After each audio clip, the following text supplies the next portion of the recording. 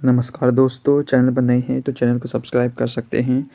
Paper leak ना जाने कब रुकेगा ये लीक। आइए देखते हैं आज की खबर।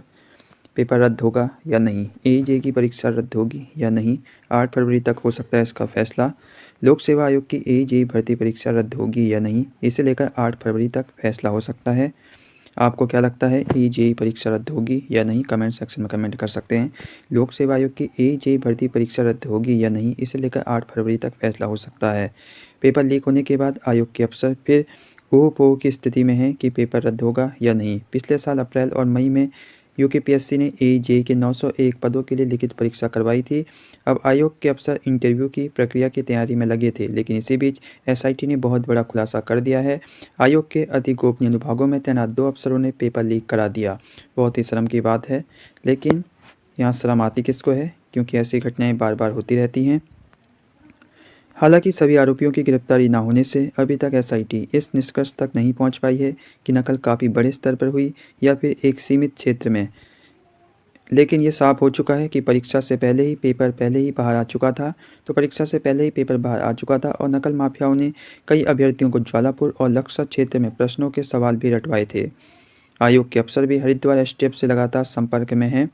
इन दिनों आयोग के अध्यक्ष डॉक्टर राकेश कुमार बाहर हैं। वे सोमवार को वापस लौटेंगे। इसके बाद ही इस परीक्षा को लेकर संशय दूर होने की उम्मीद है। आयोग के सचिव गिरधारी रावत का कहना है कि आयोग में ही परीक्षा के बारे में फैसला लिया जाएगा। तो आयोग जल्द इस संबंध में फैसला ले लेगा। आयोग परीक्षा रद्द करेगा या नहीं, सब कुछ आयोग के हाथ में है।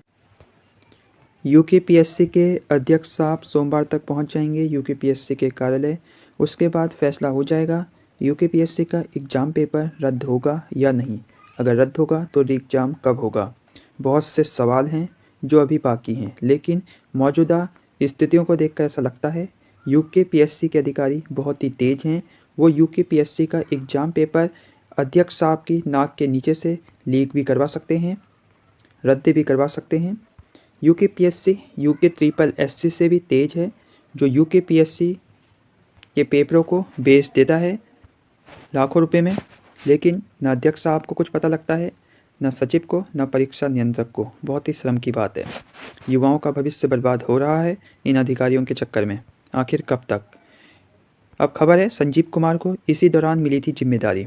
तो लगता है किसी खास काम के लिए संजीव कुमार को जिम्मेदारी मिली थी और संजीव कुमार ने अपना काम पूरा कर लिया, लेकिन बेचारा पकड़ा गया। आयोग के एक अफसर ने बताया कि एईजे परीक्षा का पेपर सेट करने की जिम्मेदारी पहले किसी दूसरे अनुभाग अधिकारी के पास थी। परीक्षा होने से कुछ दिन पहले ही अनुभाग अधिकारी संजीव कुमार को ये जिम्मेदारी मिली थी। आखिरकार संजीव कुमार को परीक्षा से पहले ही इस प्रकार की जिम्मेदारी क्यों दी गई, इसकी भी जाँच होनी चाहिए, क्योंकि इसी दौरान आयोग के एक अन्य अफसर के साथ मिलीभगत कर अनुभाग अधिकारी ने मोबाइल से पेपर की फ़ोटो खींच ली।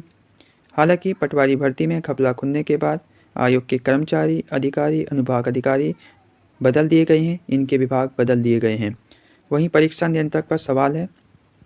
आयोग की सभी परीक्षाओं की गोपनीयता रखने के लिए परीक्षा नियंत्रक की सबसे महत्वपूर्ण भूमिका होती है, लेकिन यहाँ तो किसी भी प्रकार की भूमिका नहीं दिखाई दे रही है।